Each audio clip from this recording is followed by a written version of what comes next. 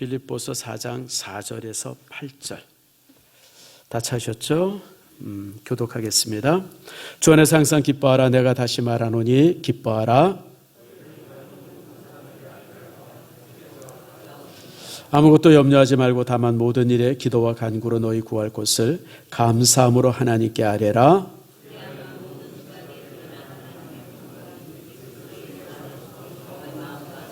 함께 했습니다. 끝으로 형제들아, 무엇이든지 참되며 무엇에든지 경건하며 무엇에든지 오르며 무엇에든지 정결하며 무엇에든지 사랑할 만하며 무엇에든지 칭찬할 만하며 무슨 덕이 있든지 무슨 기림이 있든지 이것을 생각하라. 아멘. 기도하겠습니다. 하나님 감사합니다. 주께서 우리를 사랑해 주셔서 오늘 이처럼 저희들 주 전에 오게 하시며 귀한 말씀 함께 나눌 수 있도록 은총과 은혜 주심을 감사함을 드립니다. 아버지, 우리 안에 하나님의 놀라운 은혜가 가득하게 하시고 주신 은총 안에서 복된 저희들 다 되게 해 주시옵소서. 특별히 아버지 하나님 간절히 간구합니다. 아버지 하나님, 우리가 말씀 안에서 우리 인생이 만들어지게 하시고 말씀 속에서 우리 속에 거룩함이 채워질 수 있도록 은혜 내리워 주시옵소서. 아버지 하나님 감사합니다. 하나님께서 오늘 이 시간 말씀의 은총을 우리에게 가득 채우실 줄 믿사오며 예수님의 이름으로 기도드립니다. 아멘. 우리 옆 사람 보면 인사합니다. 축복합니다. 사랑합니다. 감기 걸리지 마세요. 저도 목이 칼칼한 게 이제 감기가 좀 온 것 같아요. 그래서 여러분들 아무튼 이 겨울 되어지면 이제 아무튼 조심하길 바라고요. 특별히 다시 한번 인사합니다. 새벽에 봅시다. 그래도 이 양심 있는 사람은 인사 안 해요. 여러분 새벽에 나와서 우리 태신자들을 위해서 기도하는 축복이 있길 바랍니다. 어제 새벽에 여러분 축구 다 보셨죠? 어젠가요? 그젠가요? 네, 집집마다 난리가 나고요. 잘 자던 사람이 놀라서 깼대. 전쟁 낸 줄 알고 그냥 온 아파트가 떠들썩해가지고. 근데 저는 이게 축구 보면서 아마 여러분들도 다 느꼈겠지만, 기적이라고 하는 것이 먼 데 있는 게 아니라 가까운 데도 기적이 있구나. 그리고 기적이라는 것이 아무것도 안 한 가운데서 일어나는 게 아니라 땀 흘리고 수고할 때 기적이 나타나는구나. 여러분, 우리나라가 16강에 들어갈 확률이 한 6%였다, 8% 뭐 그렇다고 그러죠. 사실 요번에 확률적으로 굉장히 어려웠죠. 우루과이가 가나를 2대 이렇게 몇 점 차이로 이겨야 되고, 우리가 또 포르투갈을 또 이겨야 되고, 이 수학적 변수가 되게 복잡했는데 그게 어떻게 그렇게 딱 맞아 떨어져요. 참 신기해 죽겠어요. 그래서 내가 이게 우리가 무슨 만화책 보는 것 같다. 사실 이런 거는 게임이나 만화책에서나 가능한 확률들인데 그게 이제 우리나라에 이루어진 겁니다. 그래서 이제 그걸 보면서 참 대한민국이 대단한 나라다. 근데 또 제가 느낀 게 하나 있어요. 우리나라 축구가 달라졌어요. 여러분 보시면 알죠. 우리나라 축구가 이제 유럽 축구랑 똑같습니다. 떡대도 아주 그냥 아무튼 태산만해지고요. 예전에는 외국 애들이랑 유럽 애들이랑 부딪히면 그냥 나가 떨어지고 그냥 다리에서 쥐난다고 절고 우리가 그런 거 봤잖아요. 불쌍해 죽겠다라고. 근데 요즘에는 유럽 애들이 우리 애들이랑 부딪히면 그냥 막 나가 떨어지고 그냥 이야, 우리가 잘 먹였구나. 근데 일본 축구를 보니까 우리나라 한 20년 전을 보는 것 같아요. 요만해가지고 그냥 발발거리고 뛰어다니고 그냥 계속 공격당하다가 그리고 그냥 기습 한번 해가지고 그냥 골 넣고.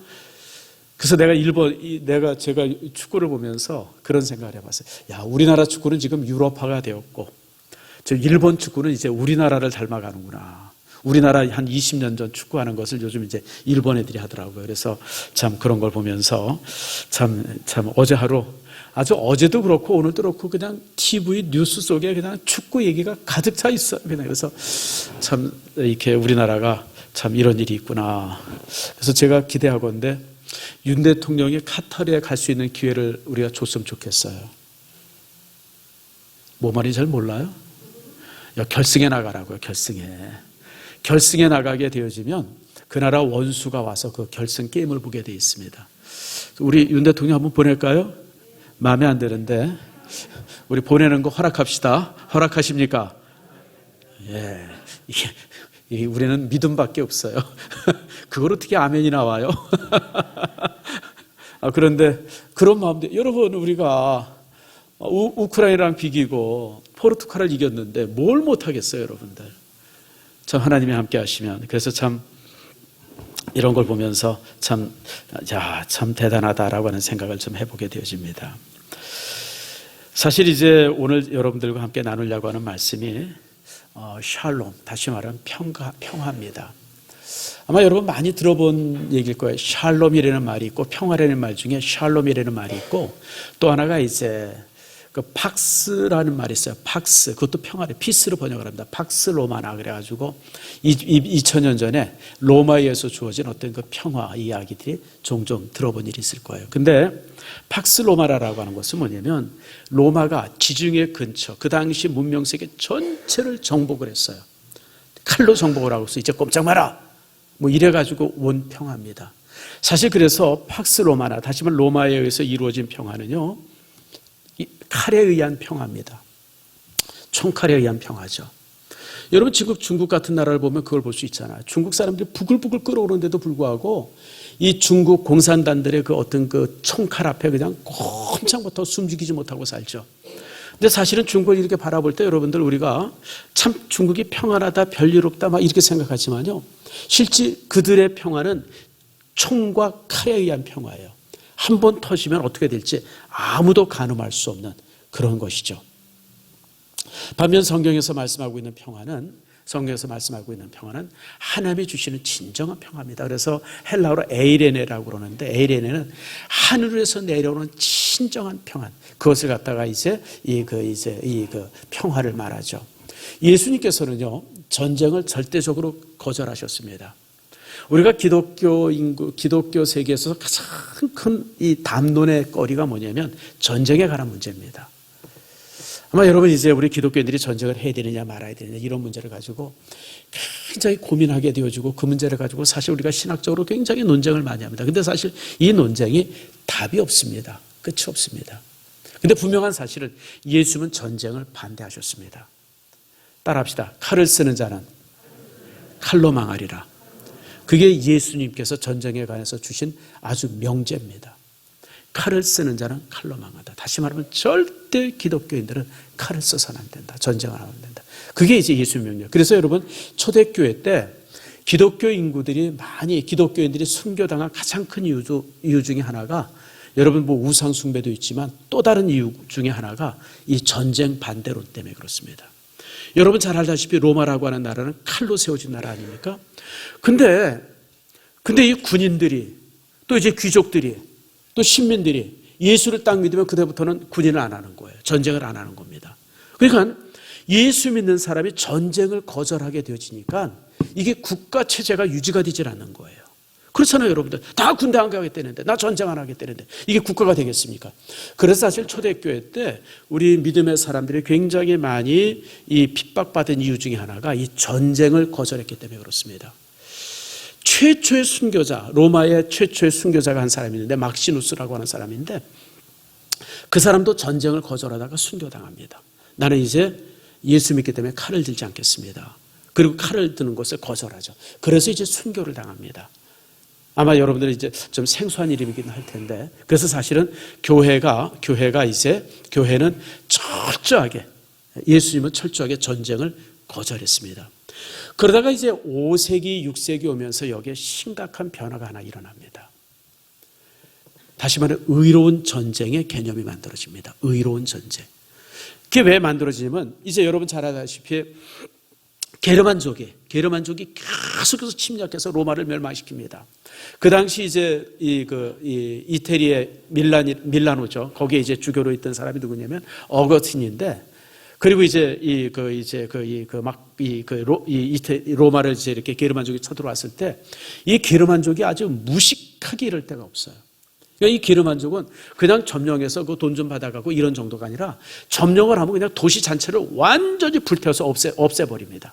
이게 이제 유목민들이기 때문에 그래요. 정착민이 아니라. 그러니까 여러분들 정착민들은 정복해도 여러분 중요한 건물 안 부시잖아요.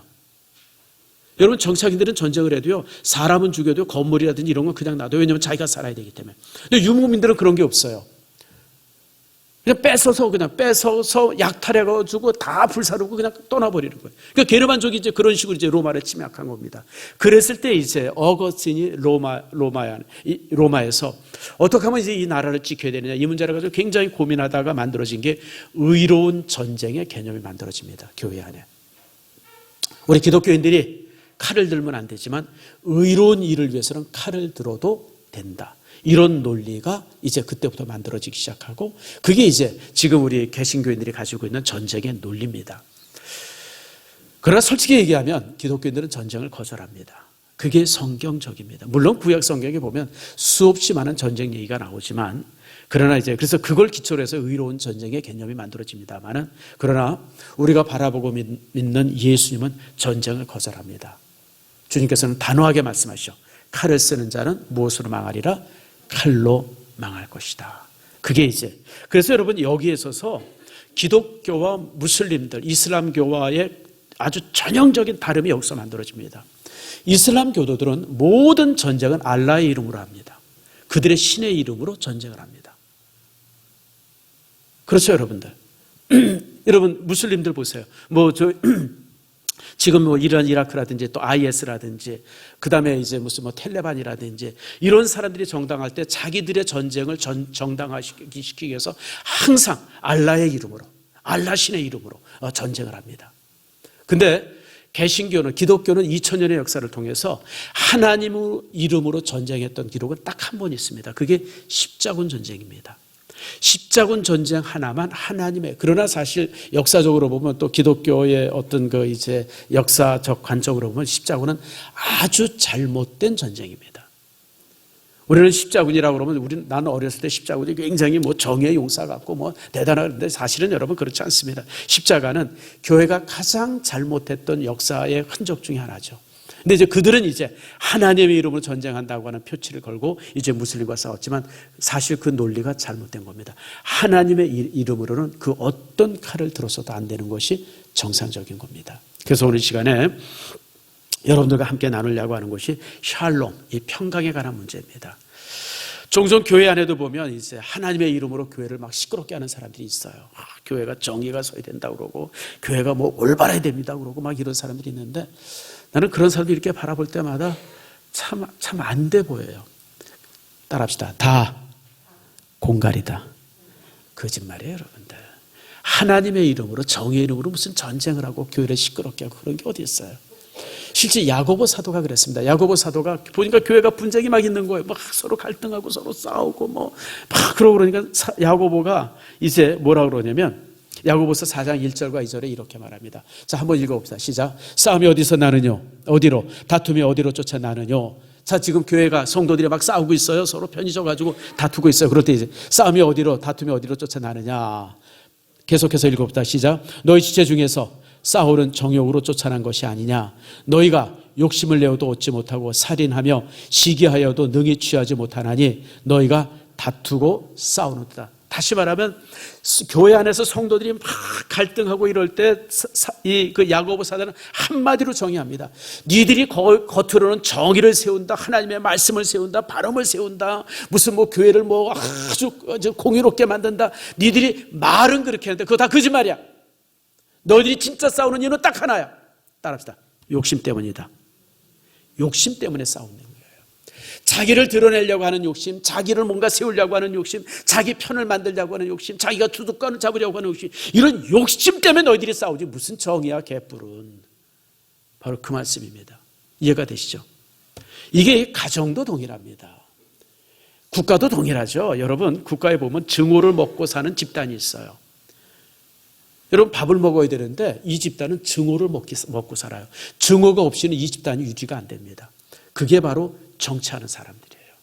없는 증오도 만들어가지고 요만한 증오를 그냥 이만큼 그냥 침소봉돼서 크게 만들어가지고 그냥 그걸 가지고 막 갈등하게 만들고 그거 가지고 자기 권력을 유지하는 사람들이 있어요. 그게 정치인들입니다. 그래서 여러분들 정치인들은 쓰레기 중에 쓰레기예요. 절대 정치인 가까이 하지 마세요, 여러분들. 두 사람 가까이 하지 마세요. 기자 가까이 하지 말고 정치인 가까이 하지 마세요. 쓰레기 중에 쓰레기들입니다. 정말 나쁜 사람들. 이 사람들 보면 어떻게 저렇게 거짓말을 저렇게 잘할 수 있을까? 아니 잘못했으면 잘못했습니다 이러면 되지 유감입니다. 도대체 이런 말을 어떻게 만들어내는지 모르겠어요. 내가 누구한테 잘못했으면 사과하면 되잖아요. 내가 유지사님 한 대 때렸어요. 눈탱이가 시퍼렇게 벗어요. 유감입니다. 이게 도대체 사과예요? 잘못했다는 거 뭐 하는 거예요? 근데 정치인들은 그래요. 내가 잘못했습니다 이런 얘기 죽어도 안 해요. 이놈의 새끼들은. 유감입니다. 나쁜 놈들이죠. 정말 쓰레기 중에 쓰레기들입니다. 혹시 정치하는 사람 여기 있으면 미안합니다. 아무튼 이런 사람들이 뭐냐면 자기 욕심을, 그러니까 허울을 아주 그럴싸해요. 지금 우리나라가 지금 이제 그 노사분규 있잖아요. 가만히 보세요, 여러분들. 그냥 뭐 아주 그 프랭카즈는 그 그럴싸하게 써서 붙여요, 여러분들. 뭐 그냥 뭐 나라를 세우고 뭐 노동자의 무슨 주권을 세우고 무슨 뭐 국민들을 뭐 다 거짓말이에요, 여러분들. 뭐 때문에 싸워요? 욕심 때문에 싸워요, 욕심 때문에. 돈에 대한 욕심들, 권력에 대한 욕심들, 뭔가 남을 지배하고자 하는 욕심들, 이 정욕에 대한 욕심들, 이런 욕심들 때문에 그들이 싸우는. 그래서 야고보서 4장 1절과 2절 말씀에 정확하게 말하고 있는 겁니다. 너희들의 분쟁이 어디서 나느냐? 욕심 때문이다. 사실 그래서 여러분, 욕심을 버리면 전쟁이 있을 수가 없죠. 그래서 오늘 이 시간에 본문의 말씀을 통해서 우리가 이 험한 세상, 이렇게 갈등이 많고 막 이런 세상 안에서 우리가 어떻게 평화를 누리고 하나님이 주시는 진정한 평화를 누리면서 살 수 있나. 총칼에 의해서 막 억압되어진 평화가 아니라, 박스로마가 아니라 에이레네, 하나님이 주시는 진정한 평화를 우리가 어떻게 누릴 수 있느냐. 이런 부분들을 여러분들과 함께 말씀을 통해서 나누려고 합니다. 자, 제일 먼저는 4절 말씀입니다. 자, 4절 말씀을 같이 한번 읽겠습니다. 시작. 주 안에서 항상 기뻐하라. 내가 다시 말하노니 기뻐하라. 이게 무슨 뜻일까요? 항상 기뻐하라. 아주 쉽게 얘기하면 따라합시다. 항상 웃어라. 항상 웃으라는 거예요. 좋아도 웃고 싫어도 웃고 누가 욕해도 웃고 항상 즐겁게 웃으라는 거예요. 여러분, 이게 참 쉽지 않죠. 근데 여러분, 이게 일해야 돼요. 어린아이들이 하루에 몇 번 웃는지 아세요? 애기들? 한번 쉬어보세요. 지금 집에 가서 손주나 애들 한번 쉬어보세요. 애들이 하루에 300번에서 400번 웃는답니다. 많이 웃는 애들 한 500번 웃는데요. 그래서 애들이 건강한 거예요. 어른이 되면 하루에 몇 번 웃어요? 여러분들 하루에 몇 번 웃어요? 15 전후랍니다. 한 20번을 채 안 웃는데요.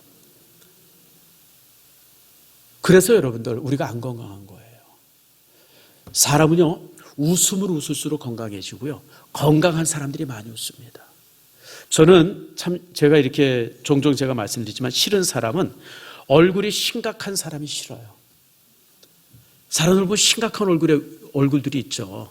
제가 자주 얘기하는 요 미간에 주름이 있는 사람들. 저도 미간에 주름이 생기더라고요, 나이가 드니까. 그래서 야, 이거 내가 미간에 주름 생기면 안 되는데. 미간에 여기 주름 생기는 게 뭐냐면 이게 찡그리 있어서 생기는 거예요.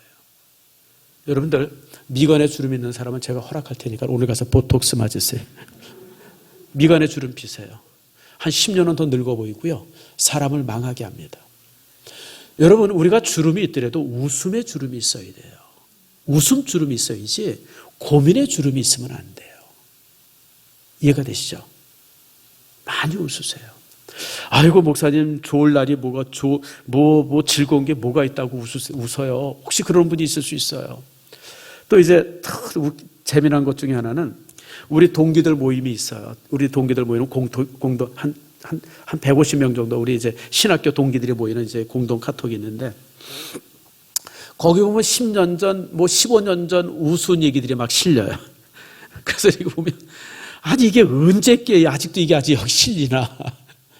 그러니까 이게 뭐냐면 아재 개그라고 그러죠. 나이가 늙으면 그런 그 시대적 개념들이 좀 없어지는 것 같아요. 그래서 그런 걸 이렇게 올리고 그래서 우리가 잘 웃지 않는 이유 중에 하나가 뭐냐면 옛날에 다 본 것들이라서 잘 웃지 않죠. 또 이제 웃으려고 해도 기운이 없어서 못 웃는 사람들도 종종 있어요. 근데 여러분, 많이 웃으세요. 웃는 사람이 건강하고요, 건강해야 또 웃기도 합니다. 그러니까 오늘 본문의 말씀에 주 안에서 항상 기뻐하라라고 하는 것을 많이 웃으라는 거예요. 그래서 지나가는 낙엽만 보고도 웃으세요, 여러분들. 굴러가는 낙엽 보고도, 여러분, 청소년들 보세요.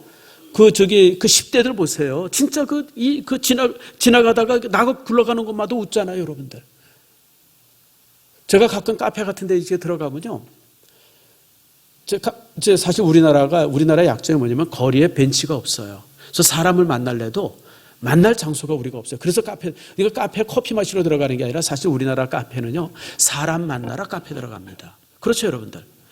거리에 벤치가 많으면요, 거리에서 사람 만나면 돼요. 신성교회 앞 벤치에서 우리 좀 만나자. 그럼 되잖아요. 근데 그럴 자리가 없으니까 우리나라는 항상 이제 이 벤치 대신 이제 카페를 들어가요. 카페에 들어가 보면 우리 같은 나이 또의 사람들은 심각하게 앉아가지고 몇 마디 주고받아요. 근데 여러분 10대들 보세요. 그냥 한쪽 구석에 시끄러워 죽겠어요. 그냥 어떻게 깔깔거리고 웃는지 그냥 지금 조용히 하라고 그러고. 아니에요, 여러분. 걔네들이 건강해서 그래요. 웃은 일이 많아서가 아니라 그냥 모든 게 좋은 거예요. 항상 기뻐하라는 것은 항상 즐거워해라. 항상 웃어 살아라. 항상 웃기를 축복합니다. 괜히 성도들 앞에 저는 저를 찾아오는데 목사님 그리고 심각한 표정으로 찾아오는 사람은 아주 끔찍하게 싫어요. 저 인간이 왜 저런 표정으로 나한테 오나. 여러분 나한테 그런 표정으로 오지 마세요. 난 그런 사람 싫어요. 세상에 심각할 일은 딱 2개밖에 없어요. 제가 항상 하죠. 언제 심각해야 돼요? 혹시 여러분 감옥 갈 일 있으면 심각해도 괜찮아요. 그건 진짜 심각한 일이죠. 또 하나 언제 심각하면 돼요? 죽음이 앞섰을 때는 심각해야 돼요. 왜냐하면 내가 하나님을 만나야 되기 때문에. 2가지 일 외에는 우리 인생 중에 심각할 일이 없어요. 자, 예를 들어 봅시다. 축구 졌으면 어때요? 축구 지면 뭐 기분 되게 나쁘겠죠. 그러나 뭐 오늘 같으면 뭐 또 아무렇지도 않잖아요, 여러분들. 축구가 지면 어떻고 이기면 어때요, 여러분들? 그게 뭐 그렇게 심각해요, 여러분들? 대학에서 떨어지면 어때요?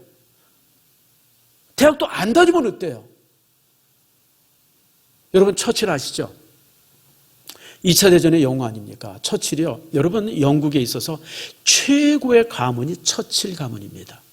한번 여러분 인터넷 찾아보세요. 처칠 가문이 왜 유명하냐면 아마 이게 이제 한 200~300년 전에 이 왕을 위해서 굉장히 큰 일을 했어요. 그래서 영국의 이 귀족들 중에서 유일하게 왕궁을 소유하고 있는 가문이 처칠 가문입니다. 그래서 처칠 가문은 그 영국 안에서 최고의 가문 중에 하나가 처칠 가문입니다. 그런데 이 처칠, 그 2차 대전의 영웅이었던 처칠은요, 아주 개망난이었었어요. 쌈질하고, 그냥 사고, 뭉치고, 그냥. 그래서 고등학교 때 성적표 이렇게 성적에 보면 그 인성 나오는 데 있잖아요. 싸움 잘하고, 남들 괴롭히고, 아주 꼴통 중에 꼴통이라고. 그렇게 이제 적혀 있을 정도로 꼴통. 공부도 되게 못했어요. 여러분, 우리나라는 좋은 학교가 어떤 사람들이 좋은 학교 들어가요? 우리는 공부 잘해 좋은 학교 들어가죠. 근데 영국은 안 그래요. 영국은 돈이 많아야 좋은 학교 들어갑니다. 이튼 스쿨 같은 데가 성적이 좋아서 들어가는 게 아니라 부모가 돈이 많으면 들어갑니다. 그러니까 이제 처칠은 이제 귀족이고 부모가 돈 많고 그러니까 그냥 최고 좋은 학교를 들어갔는데 거기서 꽁찔했어요. 그래서 고등학교는 졸업했는데 대학을 가고 싶은데 갈 만한 대학이 없잖아요. 그래서 이제 사관학교를 쳤는데 사관학교도 2번 떨어지고 삼수 만에 사관학교 들어왔어요. 여러분, 삼수한 사람은 나중에 수상될 줄 믿습니다. 여러분, 삼수 만에 들어갔어요. 근데 처칠이 군대 가서 철이 났어요. 군대 가서. 사관학교 졸업하고 이제 해군 장교가 되어지면서 이렇게 쭉 다니면서 거기서 이제 처칠의 리더십이 만들어지고 사람이 되었습니다. 그래서 이제 처칠이 이제 전역하고 나서 이제 정부 관료가 되어서 해군 장군이 되어지고 뭐 이러고 저러고 하면서 이제 결국 2차 대전의 영웅이 됐어요. 그래서 제가 처칠에 대한 얘기를 이렇게 읽어보면서 느끼는 게 그래, 사람은 수십 번 새로 바뀌는구나. 수십 번. 사실 처칠이요, 1차 대전 때 해군 장관 할 때 여러분 큰 실패를 합니다. 처칠 평생의 가장 큰 실패가 1차 대전 해군 장관 때입니다.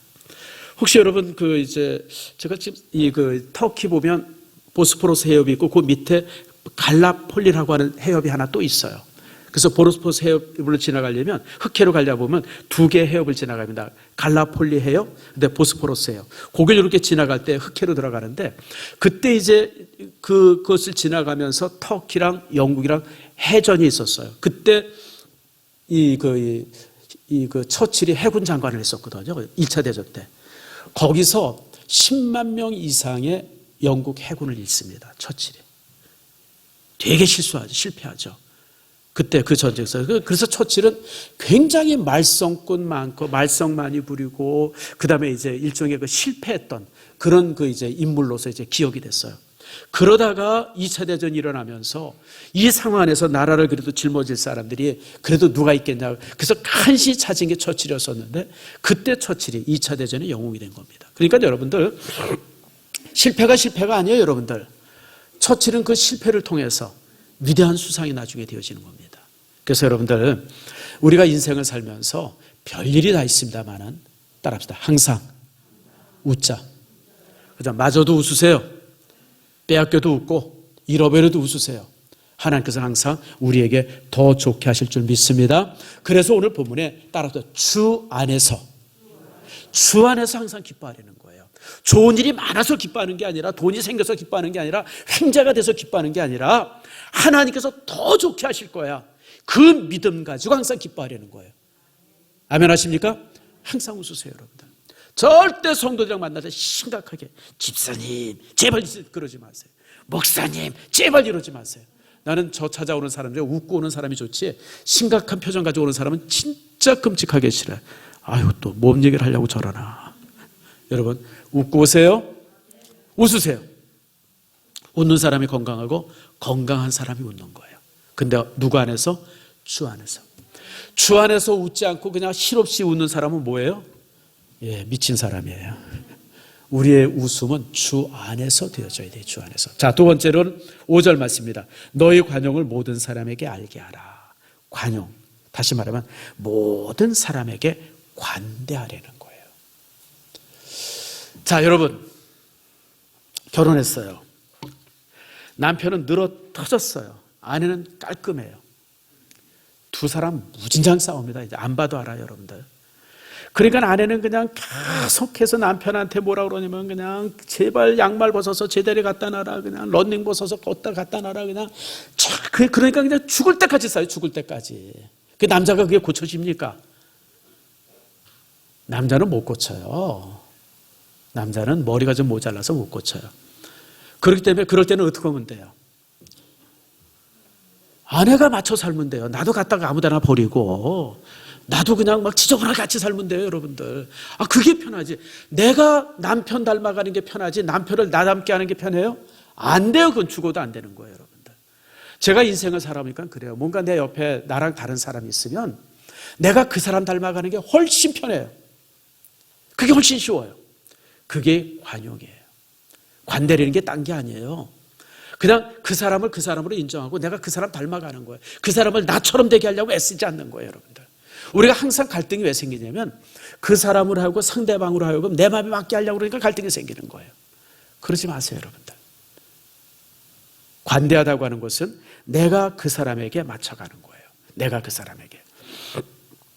여러분, 좁은 마음을 가지면 누구도 품지 못합니다. 여러분, 이 속이 아주 그 밴댕이 모같이 이렇게 좁은 사람이 누구를 품어요, 여러분들? 마음이 넓은 사람이 다른 사람을 품을 수 있는 거예요. 그리고 이렇게 여기 본문의 말씀 보니까 모든 사람이 알게 하라 그랬잖아요. 관대한 게 혼자 내가 관대하지가 아니라 다른 사람이 내 관대함을 내가 관용이 있음을 알게 하는 거예요. 알게 하는 거. 다 품어주고 용서하고 이해해주고 그게 관대예요, 여러분. 그래서 여러분들 이런 관용이 우리 안에 있으면 여러분 우리는 갈등하지 않습니다. 자, 세 번째 따라합시다. 아무것도 염려하지 말고. 이게 참 어렵죠. 염려거리가 있어요. 예를 들면 자식이 공부를 되게 못해요. 또 안 해요. 쌈질만 하고 다녀요.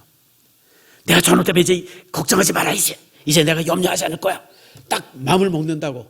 이게 염려가 안 돼요? 그럼 봄은 또 염려가 되잖아요. 아이고 저거 죽지도 않고 저거. 그래서 여러분 염려하지 말아야지라고 결심한다고 염려가 사라지지 않습니다. 내가 이제 염려하지 말아야지, 내가 걱정하지 말아야지, 내가 정말 그래야지, 그런다고 해서 염려가 사라지면 우리는, 여러분 그 사람은 초인이죠, 초인. 근데 여러분 그럴 수 있는 사람은 세상에 아무도 없어요. 염려하지 말아야지 결심한다고 해서 염려가 안 되는 사람은 세상에 아무도 없습니다. 그럼 어떻게 해야 돼요? 오늘 본문이 이겁니다. 염려하지 말고, 따라합시다. 염려하지 말고 대신 기도해라. 기도하라는 거예요. 염려거리가 직장이나 사업이나 내 건강이나 이런 거 저런 거 염려거리가 수없지만 있을 때 그거 가지고 다 염려하지 말고 그걸 부여잡고 하나님께 기도하라는 거예요. 기도하면 어떻게 하신다고요? 모든 지각에 뛰어나신 하나님의 평강이 그리스도 예수 안에서 너희 마음과 생각을 어떻게 지켜주리라. 우리가 염려하지 않도록 우리 마음을 붙들어 주신다는 거예요. 우리 마음을 진정시켜 준다는 거예요. 그래, 내가 있으니까 걱정하지 마라. 주님께서 나를 이렇게 붙들어 주신다는 거예요. 그래서 여러분, 염려하지 말고 기도하는 여러분 되어지기를 축복합니다. 여러분, 우리가 참 염려거리가 얼마나 많습니까? 건강에도 이제 나이가 드니까 이제 건강의 문제 심각하고요. 자식들 이제 뭐 결혼시키고 키우면 다 되는 줄 알았는데 이제 그때부터 염려가 더 많아지고요. 다 그렇잖아요, 여러분들. 이럴 때 우리는 염려하는 것이 아니라 그 염려의 거리를 기도의 거리로 바꾸는 지혜가 있기를 축복합니다. 염려의 거리를 기도의 거리로 바꾸는 거예요. 오늘 주께서 우리에게 그걸 말씀하죠. 마지막으로 이제 8절 말씀입니다. 쭉 말씀하고 맨 마지막에 따라합니다. 이것들을 생각하라. 이게 무슨 얘기냐면 늘 좋은 생각을 가슴에 담으려는 거예요. 마음에 담으려는 거예요. 자, 예를 들어 봅시다. 제가 자주 드는 예예요. 자, 여기 잔이 하나 있어요. 여기 커피를 넣으면 이게 무슨 잔이 돼요? 커피잔. 여기다 녹차를 넣으면요, 녹차잔이 돼요. 여기에 만약에 이제 쌍화탕을 넣으면요, 찻잔이 되죠. 이 약잔이 돼요. 근데 여기다 똥을 집어넣으면요, 그럼 요강되는 거예요, 여러분들. 사람이요, 외모나 이런 것이 어떠하든지 상관없어요. 그 속에 무엇이 차 있느냐에 따라서 그 사람의 질이 결정이 되는 거예요. 우리는 외모밖에 모르죠. 그래서 우리가 외모가 잘생기면 저 사람 참 훌륭하다, 참 깔끔하다 뭐 이렇게 얘기하지만 실제로요, 그 외모가 그 사람의 본 모습이 아니에요. 실제로 그 안에 무엇이 들어있느냐가 중요한 거예요. 똥이 차 있으면 그 사람은 참 똥 같은 사람이에요. 거룩이 차 있으면 거룩한 사람입니다. 사실 그래서 여기 생각하라라고 하는 이 말씀의 의미는 뭐냐면 이 7절 8장 전체에 있는 말씀인데, 좋은 것들, 우리 안에 우리 생각 속에 그저 기쁜 것들, 감사한 것들, 정결한 것들, 사랑받을 만한 것들, 칭찬받는 것들, 덕스러운 것들, 이런 것을 가지고 우리의 마음을 계속해서 채우려는 거예요. 그것이 가득가득 채워질 때 그 사람이 된다는 거예요. 옳은 사람이. 그러니까 여러분들 스스로 여러분들 마음속에 무엇을 채워야 될까를 끊임없이 고민해야 돼요. 마틴 루터가 한 말입니다. 우리가 매일 아침에 수염을 깎듯이 우리 마음도 매일마다 다듬어야 된다라고 하는 말을 했어요. 맞아요, 여러분들.